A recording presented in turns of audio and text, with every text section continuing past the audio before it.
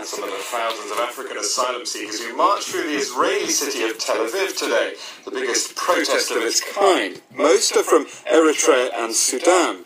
They took to the streets because of a new law in Israel which gives police the power to detain illegal immigrants for up to a year without trial. Well, the protesters say they're refugees fleeing persecution and that they need protection, not imprisonment. But here's the view of the Israeli Prime Minister, Benjamin Netanyahu. In 2013, we saw a complete halt to the phenomenon of illegal immigration into Israel and, at the same time, a six-fold increase in the number of illegal immigrants who left Israel. I would like to emphasize that these are not refugees, but people who are breaking the law and whom we will deal with to the fullest extent.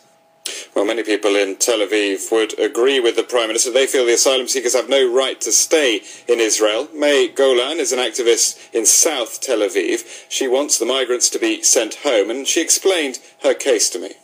They're all located in one place, in South Tel Aviv, even though a lot of other cities are trying to fill their presence. If they demand that they're refugees, that they should be in a facility of refugees, like any other country in the world, like the biggest democracy, United States. And I want to tell you that the facilities of Israel are one of the finest and the best comparing to other facilities in the world. And then they should really find out who is a refugee and who is a work migrant. If someone is a refugee, of course he should get an asylum seeker, but they're not. None of them is refugees. All the money that they make here, they send back to Eritrea. You know what they do with the money here? They continue to buy houses. They continue to buy lands. They continue to improve their status over there because they know they'll go back there one day. If you are really a refugee, you could have filed before you came and make it in a normal way, like refugees from Iraq and Syria and many other places do. You know, there's so many dictatorships in the world, so all of them, the entire Africa is refugee.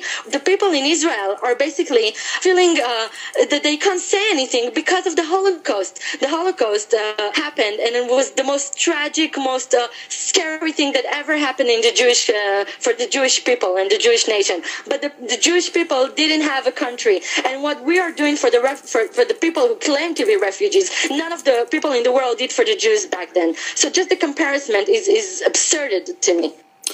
Golan. Well, I've been speaking to one of the organisers of today's demonstration. He's Kadane Isaac, who left Eritrea in 2006 and ended up in Israel in 2010 after 2 years in Libya trying to get to Italy and the European Union. I asked him first, why protest now? It's a needed protest because of the recent developments of the Israeli government towards the African refugee community in Israel.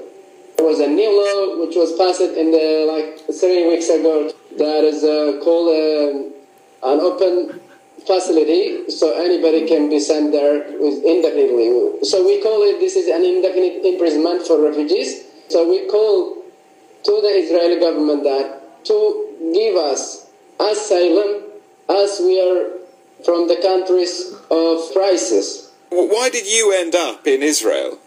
Believing that Israel is one of the democratic countries so that I can be granted an asylum. And it was Israel that you intended to go when you left Eritrea, was it? Or were you hoping to go to Europe, for example? I have been searching for a safe place. When I came to Sudan, I decided to leave Sudan because of the situation we had towards Libya with the intention of reaching Europe, because I thought Europe would be the best place to be granted refugee, but I couldn't make it, so I tried to come to Israel. Just to be clear, you're not Jewish, are you? I am not Jewish. I am Christian from Eritrea. And how do you survive? Are you able to work? I don't have any legal papers to work. I am under the title called group protection, only meant to just live in Israel temporarily until something happens. And why do you think that you deserve asylum? I mean, do you consider yourself a political refugee? Yes, I do. Because I have a problem with my government back home. And what would happen to you if you were to be sent back to Eritrea? I would end up in military prison cells. I can be enslaved or being tortured and be even killed. I'm afraid for my own life.